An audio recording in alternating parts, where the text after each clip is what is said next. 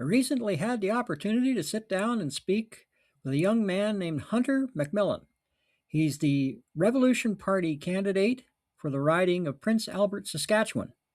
I hope you'll enjoy the things he has to say. Can you give a brief description of the Canada you would want to see? Like if you could, and tomorrow it would be this way, what would you have for Canada or the world if you want to go that way? United, diverse, and loud.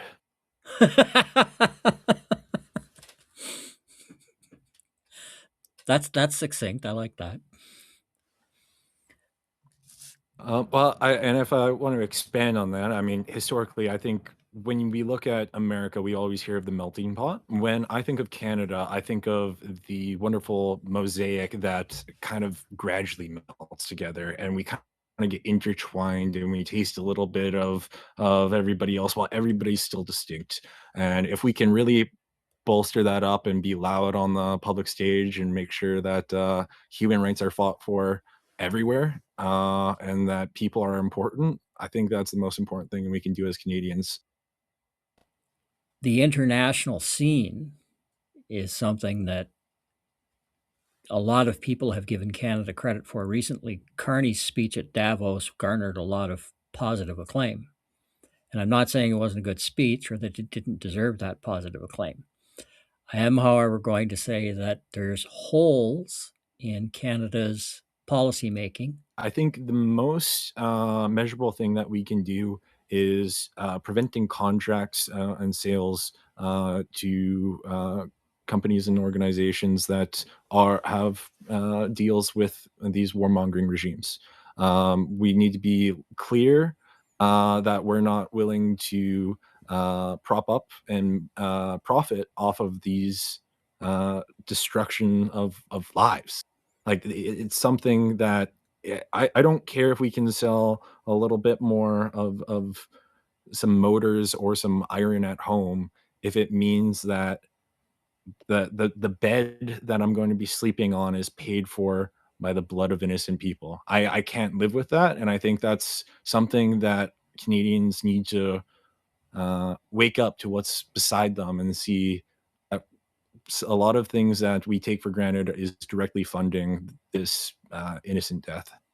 Is there anybody from politics or from history that you yourself admire and would aspire to be more like?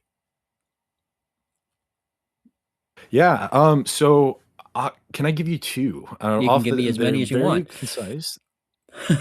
So the two that come to mind within Canadian politics, and I'll save that because I do admire more rights activist figures in the States as opposed to Canada, just because that's what I'm more familiar with outside of the Métis resistance. But for myself, it would be Frederick Halting, former premier of the Northwest Territories and later Saskatchewan, or opposition in Saskatchewan, and it would be Tommy Douglas. Now, these two people, they both have very distinct frameworks that they kind of follow, and that's their identity today. And that's kind of more what I associate myself with. But I won't deny some of the wrongs they have done in their time periods as well. So I don't take it as a one to one. I love everything they did. Mhm. No one is perfect. Revolution Party also talks about their plans for housing. And one of the things they said was they want to entirely ban corporate ownership of residential property. Now, you will get the diehard market supporting people, you know, the classically trained bankers and economists, who will all say that by allowing corporations to use the immense amount of fund gathering that they can have, you will get a lot of things done, a lot of things built because they have the money and they have the expertise to be able to do that. What do you say to someone who says, no, you should let corporate landlords come into the system and do what they want because they will provide housing. They have the incentive to provide housing, and they have the knowledge and the money to provide housing. What do you say to that? Imagine all of those benefits, but the people that own it are directly involved in the community, and that's community cooperational housing. I come from Saskatchewan, the home of the co-ops, and if we truly want this, collective power, I encourage you, let's all come together and let's do this for our communities with public housing and have, public housing cooperatives, across our cities, across Canada. That would be amazing, but what I'm seeing, with, multinational, companies coming in, into my, home of Prince Albert, buying up apartments where my grandparents live, or back when I was doing telecommunications across Prince Albert, across every major apartment building, whether that's a cockroach infestation, a water leak that they don't want to fix above the main entrance, causing the whole front entrance to be icy where elders live. If you genuinely think that this multinational investment is what is best for these communities, I will take you on a tour across Prince Albert and tell you when exactly each company took ownership of said property and give you photos of the before and after. People like Carney, uh, they look for market solutions to social problems, whereas the Revolution Party, from my take, looks at people solutions for social problems. Is that a good analogy to use for Uh, describing? I hope so. That's what we'd aim to be, right? This is completely people first, right? Fundamentally, I am not aiming to serve my country in terms of the government. I am aiming to serve the people that reside around me. It is always the people first, no matter what we want to call it. It is the people. Is there anything else you want to get into? Is there anything else you'd like to talk about? Is there anything near and dear to your heart with regard to what you're doing, or what the Revolution Party is doing, or that you would like to Well, mention that we haven't gone over? so, one thing I'd like to say is I understand how scary and how meaningless it can feel to go and support a new movement, right? And sometimes it feels like your voice is doing nothing. I was feeling hopeless, and I went through these same stages previous in my life, and I was in the Prairie Freedom Movement from the start, trying to keep it away from some of its conspiracy theory leanings. I was in Wexit when they were expanding, and I was in the Maverick Party until its demise, continuing to try and keep it away from what it was turning into. And I can say with a whole heart from all the what we are seeing now exploding, what is the turnout of that Maverick Party now turning into a Americanist movement and a 51st state movement, and now is exploding, and we can't go anywhere without seeing it. On the plus side, I'm feeling those exact same things on the growing and how much it's in everybody around me's bones that this is what's coming up around me. That same feeling is with the RPC. So if you're upset right now and you're feeling meaningless, all I'm asking is that you continue fighting with us and let's explode and let's beat some of this craziness that has exploded onto the Canadian scene in recent events. And let's explode into something positive for Canada. I'm all for that. The Revolution Party is going to have to deal with other people talking that their uh, plans are too expensive, that they can't be paid for, that there's no way to gather enough funding for them. It's pie in the sky dreaming. The uh, the Canadian government, just the national government, has a multi-trillion-dollar debt. There are some provinces, Ontario is one of the worst, who also carry heavy debt. So, with so much debt already incurred in the public sector and your funding of public systems, what's going to happen, what they will argue, is that the debt will become completely unmanageable. What do you say to the people who are leaning to that kind of explanation of why you can't do what you are saying? Well, I think those same people would be probably fairly supportive of Norway's sovereign wealth fund and how that's been developed off of oil.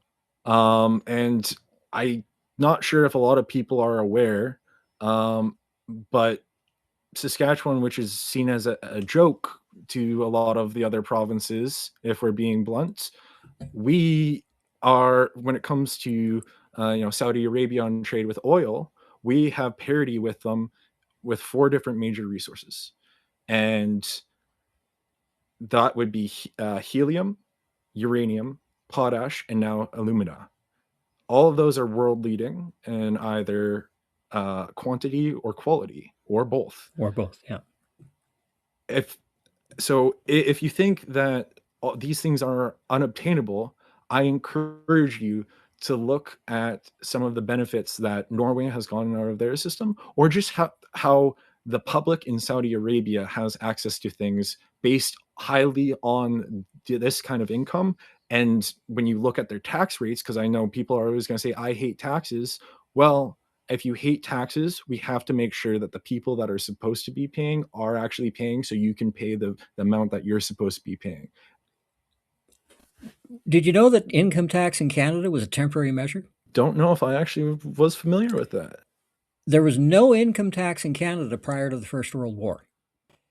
In that legislation, it says right in the legislation that it's temporary, not intended to last. It's just there to pay for the war. I'm pretty sure my grandfather's war got paid for a long time ago. In 1918, when that war ended, income tax was at 2.6%. That's all. Now, at that time, 1918, most of Canada's tax revenue came from taxing corporations. Today, 50% of Canada's tax revenue comes from income tax. What do you think of those numbers? It makes me slightly more nihilistic isn't the proper term, but sad, I guess, is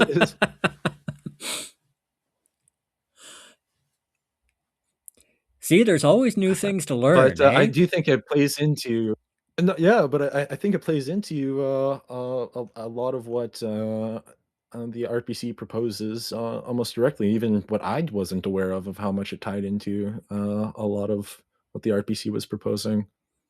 Perhaps it's, just the most Canadian thing ever. If you truly are the most conservative person ever, vote RPC because we have the old Canadian values, apparently. That's great. I love that. That's very good. Yes. Uh, there's an interesting study that was done where it talked about how the psychology of a conservative versus the psychology of a more socialist person. And uh, people who identify as conservatives have a close knit view of family. What's important to them is their family, their close circle of friends. That's what's important to them. Their family, their circle of friends. These people, if they care about their family and their close circle of friends, should vote for socialists because socialists also care for their family and their close circle of friends. As long as socialists care for themselves, they care for their families, but they also care for your families. And this is the difference between the psychology of how a conservative looks at the world and the psychology of how a socialist looks at the world. A socialist looks at the world as though I need to look after my community, my province, my country, the people who live in my world. A conservative looks at, I have to look after my family, my closest friends. The fact that conservatives still vote for conservatives is what puzzles me. I can't get through. Why, if you care about your family, don't you vote for other people who will care for your family? Why do you vote for people who only will care for money?